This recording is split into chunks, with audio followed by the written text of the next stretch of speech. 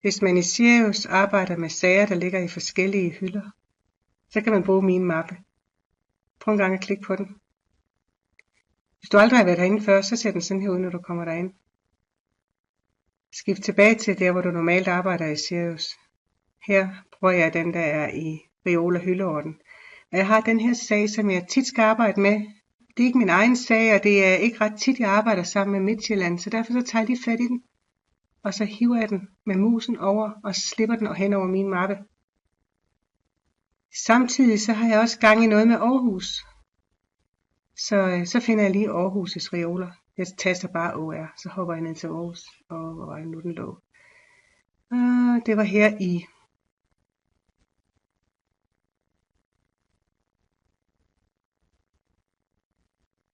temaer.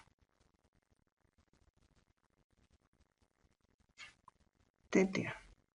Den skal jeg bruge. Den trækker jeg også hen over i min mappe. Og så når jeg skifter til min mappe, så kan I se, så har jeg de 2 sager liggende, som jeg er særlig interesseret i lige i den her periode. Jeg kan arbejde med dem, ligesom jeg er vant til. Jeg kan se dokumenterne, jeg kan oprette dokumenter, og jeg kan gøre, hvad der passer mig. Og når jeg er færdig med at arbejde med sagerne, så kan jeg klikke en gang på den. Og vælge fjern sag, så forsvinder den fra min mappe. Den er stadigvæk der, hvor den hele tiden har været. Det er bare sådan en slags genvej, man får lavet i min mappe.